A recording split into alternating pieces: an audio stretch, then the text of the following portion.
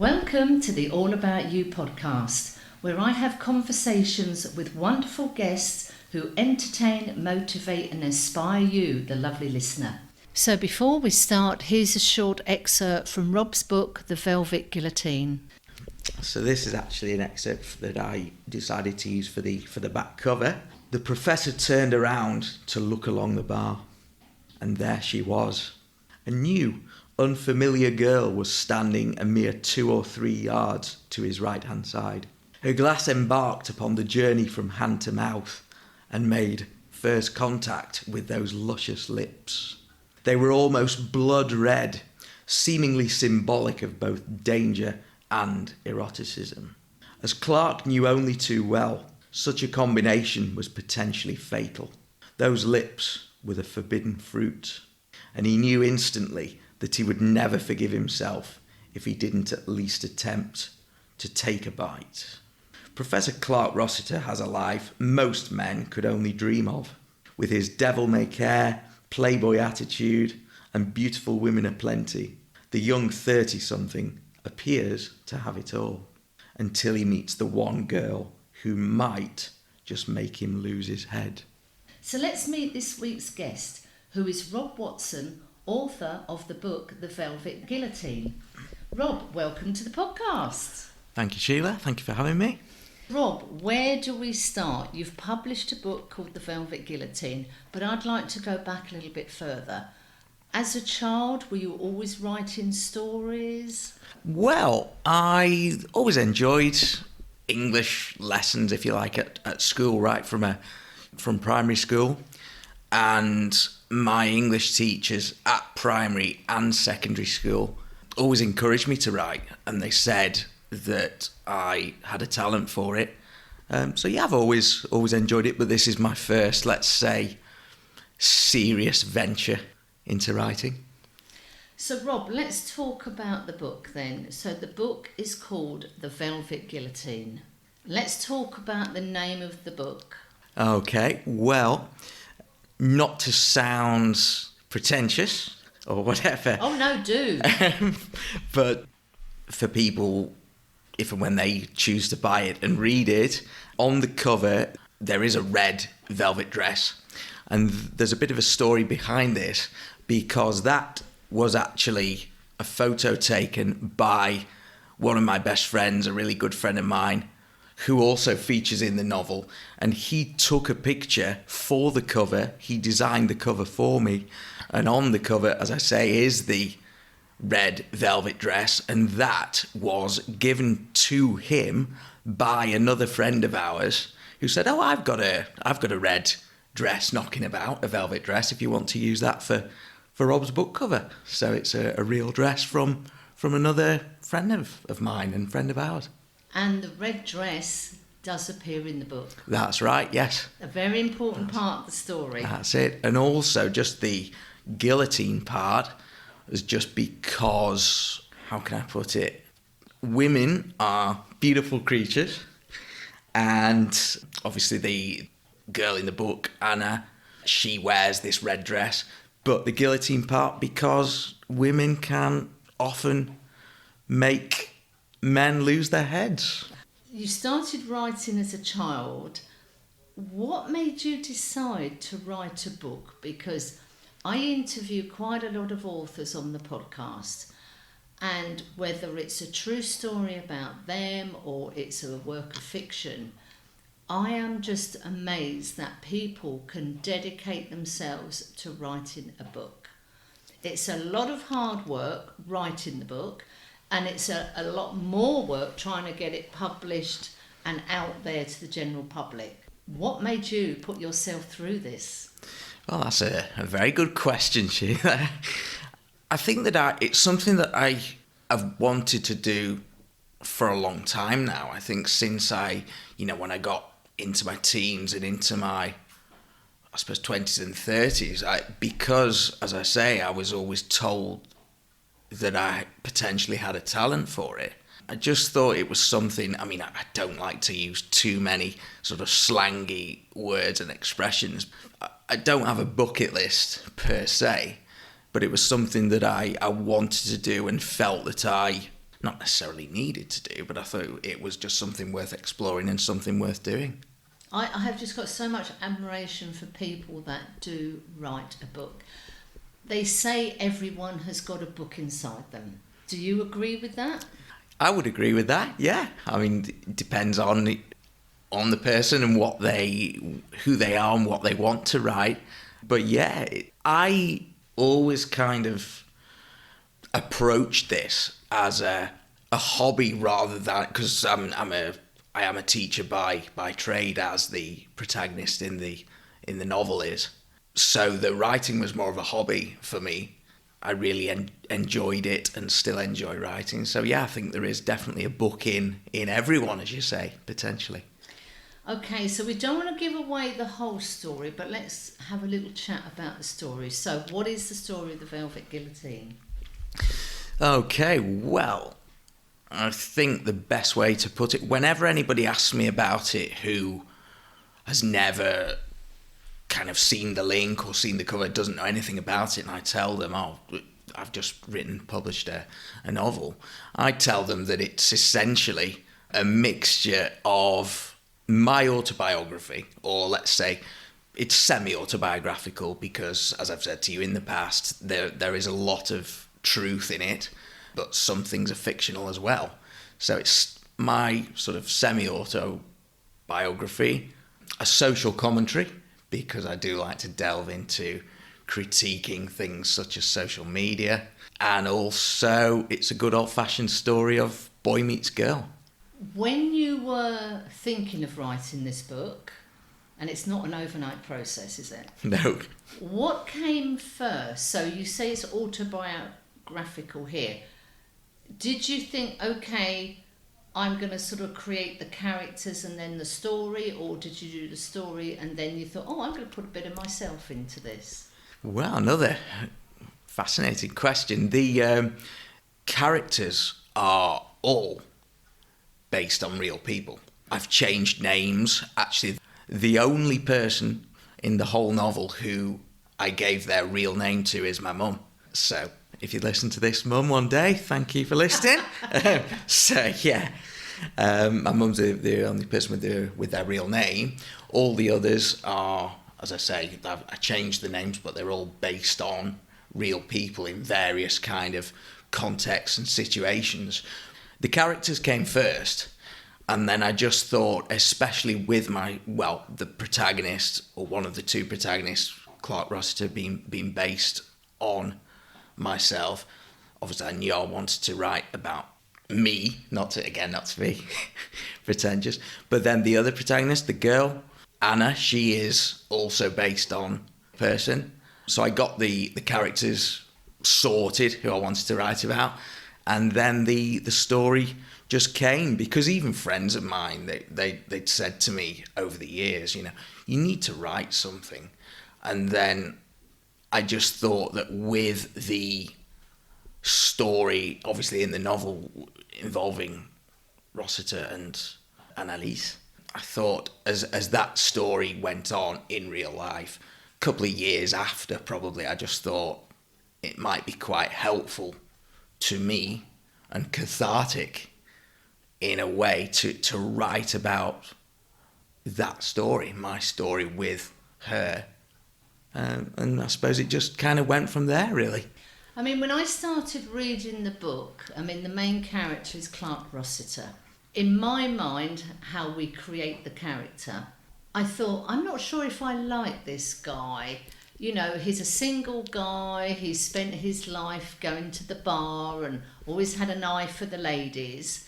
Half the time I felt a bit sorry for him. The other time I thought, yeah, I've got you sussed. If you're a female walking into that bar, you'll see him and you're like, okay, I'll give this guy a wide berth.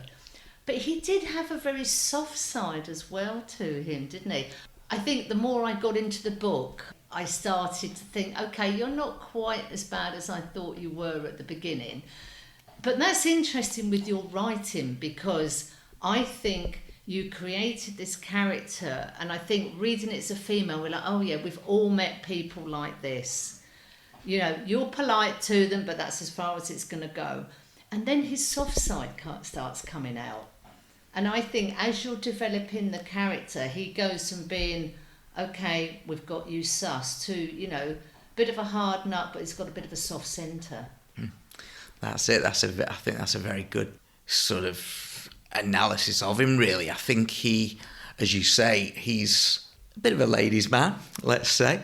But as you say, he's also got a soft side. He's very humble. I can't remember where I heard this. It might have been because I studied English literature at university back in the UK. And it might have been in one of our literature lectures where we were told that all kind of main characters, really, to have an effective character, they tend to have some kind of fatal flaw. And I think with Rossiter, he's a very sort of he jokes around, he's got his mates, he likes the ladies, he likes a drink, as do I. But he's got his fatal flaws, let's say his weaknesses. And obviously, in the book, not to give too much away, but the story between Clarke and Analisse kind of evolves and snowballs, and I think that in some ways weakens him, in inverted commas. I think this is it, when Anna was introduced into the story, because he was always given the eye to the other girls in the bar he used to frequent. I thought, yeah, okay, that's fine. And then somebody comes into his life and he turns to mush. I mean, that's not very elegantly put, but he does. She just rocks his world.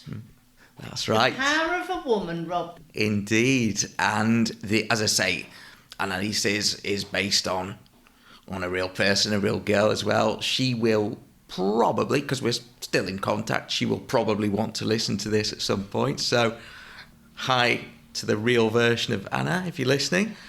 When we actually met, again, I don't want to give too much away in terms of the storyline in the novel. It's slightly different in the book and our real meeting, because in the book they meet fairly early on. They meet in a bar. The bar actually is also based on a real bar here in Valencia, where we are now. So they meet in the bar.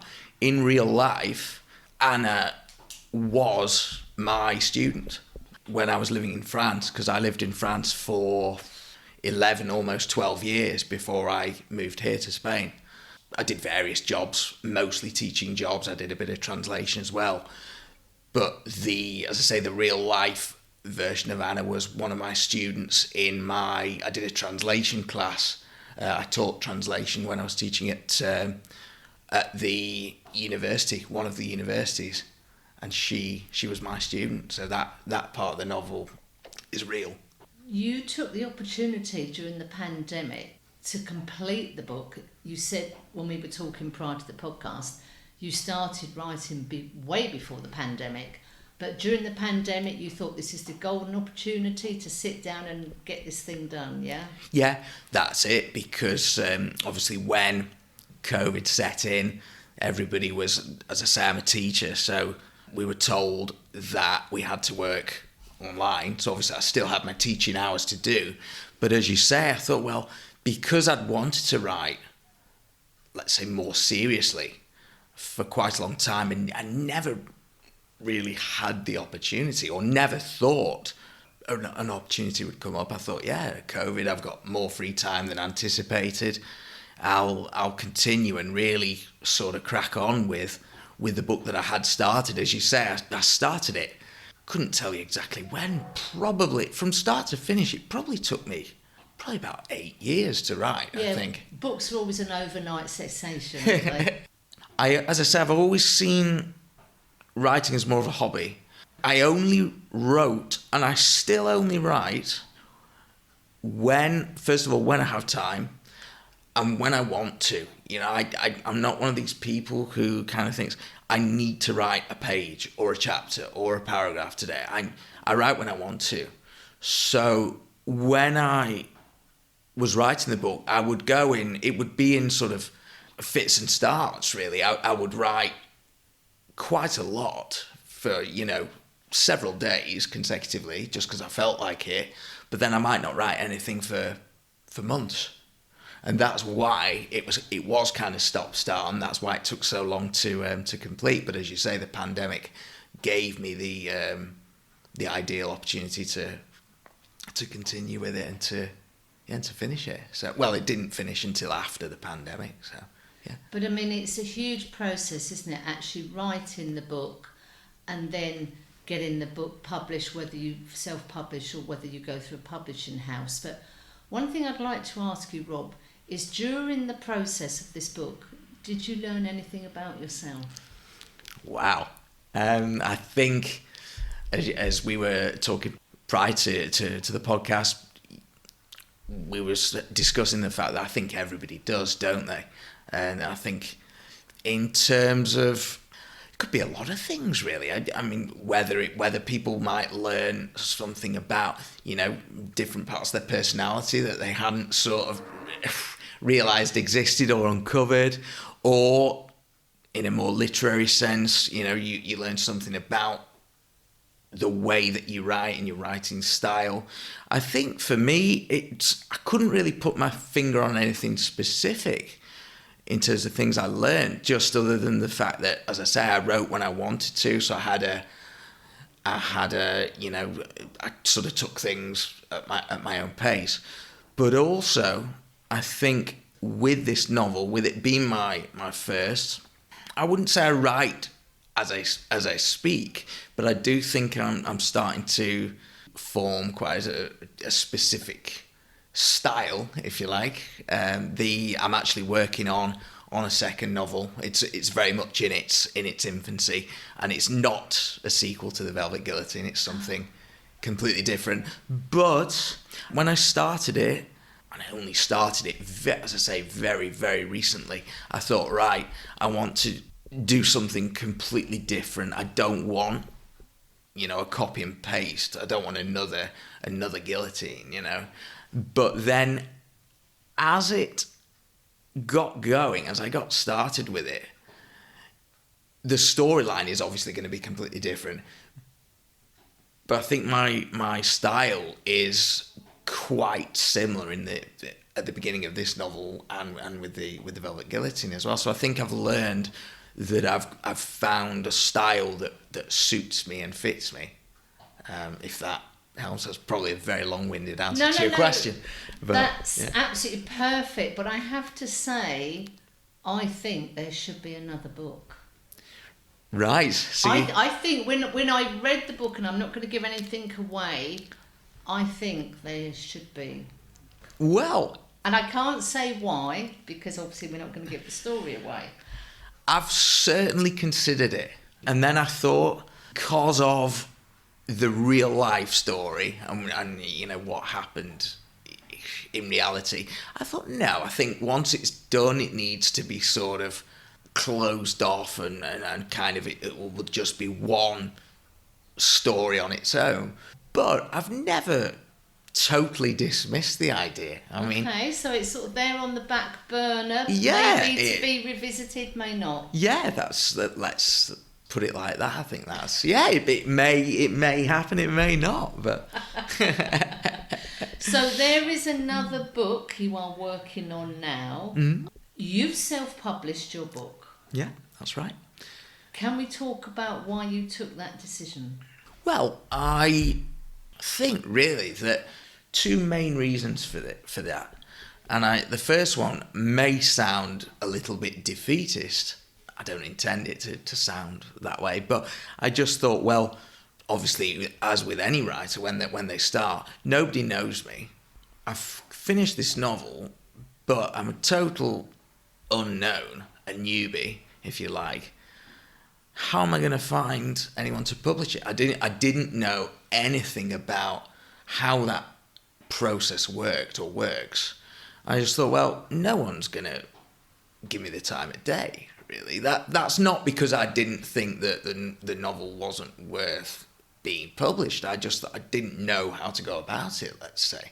On the other side of the coin, I thought, well, now, for as much as I critique the internet, social media at various points in the novel, I think now self-publishing is becoming more prevalent. Let's say it's a bit of a, I don't know whether niche is the right word, but it's kind of a market that I wanted to explore. And I thought, well, maybe, obviously writing any book is going to be hard work. But I thought, well, once it's actually done, maybe it might just be easier. And it might give me more of an opening to use online publishing. And that's just the way it panned out, really. So I was happy to publish it that way. We are sitting here with an actual copy of the Velvet Guillotine. Right. Can you cast your mind back to the day you received your first real book of the Velvet Guillotine? The actual day, I haven't... Can you remember? I can't remember the date. Wow, I've never thought about that, really. I know roughly when it was, because I'd have to check various notes and whatever, but I think it was actually, the first version was published in October of last year, so October 2023. As I couldn't tell you exactly what date. But yeah, and then obviously when it was all confirmed and that it was published and whatever, obviously I bought, I got a copy for myself, and I got a copy for a few family members, various friends and family in back in Congleton, where I'm from. So Congletown in the book is based on my hometown. I just changed the spelling slightly. But yeah, family and friends back in Congleton have bought it, and then I actually ordered a few more copies here in Valencia and posted them off to various people, because there was one of my, as I say, actually the friend who designed the cover for me, he wanted a copy, so and his parents as well, actually, bless them, they wanted copies, and my friend said, can you actually can you sign them before you post them off, because my mum and dad would really appreciate that. So I did that for various people in the UK, in France. As I say, I think I got my first copy in October of last year. When you received that first copy and you got your book physically in your hand, how did it feel? Again, that's a really good question. It was fantastic. I mean, I was really, really pleased, but it was strange in some way, I think, because, again, not to sound negative, I'm a very outgoing and positive person, but I just didn't really think it would ever happen. I just thought, don't get me wrong, I've never envisaged that I would, sell millions and millions of copies. I'm not gonna write it. It's not gonna make me a superstar or anything like. Didn't think it would actually happen. It was just something I thought about, and if I write a book one day, great. If not, yeah. So when it actually arrived and when I had the copy, yeah, it was. I felt a real. Again, not to be arrogant or pretentious, I did feel a real sense of pride and a sense of accomplishment. Did you crack open the champagne? What did I do? I must have had a celebratory drink of some description. I honestly can't remember what. I don't think I drank anything special per se, but it wasn't champers or anything like that. But probably had a glass of wine or a beer or both. Yeah, so got to celebrate these landmarks, let's say. You've written your book, A Labour of Love. I rather think with authors it's a bit like probably giving birth. It spends a long time to write the book. It could be months, years. No author say, I just, wrote the book in a week or so. And then it's the birthing process, whether that's with a publishing house or whether self-publishing. If people are listening to this podcast and they've written a book that's sitting in a drawer, or they are thinking of writing a book, whether it's their story or whether it's fiction, do you have any advice for other people thinking about writing? Well, I would say that, first of all, if anybody does have manuscripts or the makings of a book lying in a drawer somewhere and feeling a bit neglected, don't. I mean, you really should get it finished and put your work out into the world, It's something that if somebody wants to do, they really should finish it. Don't be scared. Don't have any... I mean, obviously, as with anything, any venture like that, people are going to have doubts. It might be a bit scary at times, a bit daunting, let's say, to write. Don't be scared, you know, just get your work out there. Have confidence in what you've written. And you can't, you know, it's like with anything, not just writing, but I think life in general or any kind of art form, what somebody writes might not be everyone's cup of tea, you know, and I'm just having a lovely cup of tea here, so thank you, Sheila. You're welcome. It's a cracking brew. But it's not going to be everyone's cup of tea. I'm sure my novel won't be either. Yeah, just write what you want to write, and the rest will take care of itself, I think. If people say, what do you do? Do you say you're an author? I tend to just say that I'm a teacher, and by the way, I've written and published a book, a novel. It's again, not to be pretentious, but it is a good conversation starter. Never really thought about it. Am I now an author, or am I just someone that's written a book and published a book? I like to sort of stay humble and keep my feet on the ground, if you like. I think this is a really interesting question, because I was talking to another person. We were talking about, you know, labels that we give ourselves, and people say, do you say you're a podcaster? No, oh my God, no. I say I have a podcast. Well, you're a podcaster. No, I'm not. A podcaster is, you know, Josh Rogan, who's got millions and da-da-da-da-da-da. Yeah, but Sheila, you do a podcast. You've done a podcast for 3 years. You've had over 100 plus guests. It goes out every 2 weeks. You are working, you know, as a podcaster. I think it's very, very difficult. And as you said, do I say I'm an author? No, I say, oh, and I have written a book. But we don't sort of say, you're an author, I'm a podcaster. I think we have a real problem. Being proud of what we do maybe is the way to... I mean, I'm proud of what I do, but I certainly don't class myself as a podcaster. Yeah, it's that again, very interesting. First of all, you should be, as I'm delighted to be here today, you should be very proud of the podcast. It's absolutely fantastic, and you work very, very hard on it. I've never really had a problem being proud of my achievements and accomplishments, but I think and I will just mention as well that all of the, you know, not to get too deep into this and too soppy, but I've always said that, writing aside, everything that I've achieved, obviously I'm proud of, I'm pleased with, but I couldn't have done any of it without, I don't want to sound cliched, but I genuinely couldn't have done any of it without my family and friends, because having a disability in the same way as the protagonists, my family and friends, and especially my parents, especially my mum, always gave me the opportunity to write from when I was a kid, you know, a really young kid at primary school. Go out, do what you have to do, you know, if you fall over, you get back up again, and just gave me the confidence and the belief to go out there and do everything that I wanted to do. So I couldn't have gone to university without the belief of my family and friends. I wouldn't have moved abroad. As I said, I lived in France, and now I've been in Spain for about 8.5 years now. Couldn't have done any of it. And the writing as well, as I say, my family and friends have always encouraged me to write, so I couldn't have done any of that without the people closest to me. So thank you all for that, and I love you all.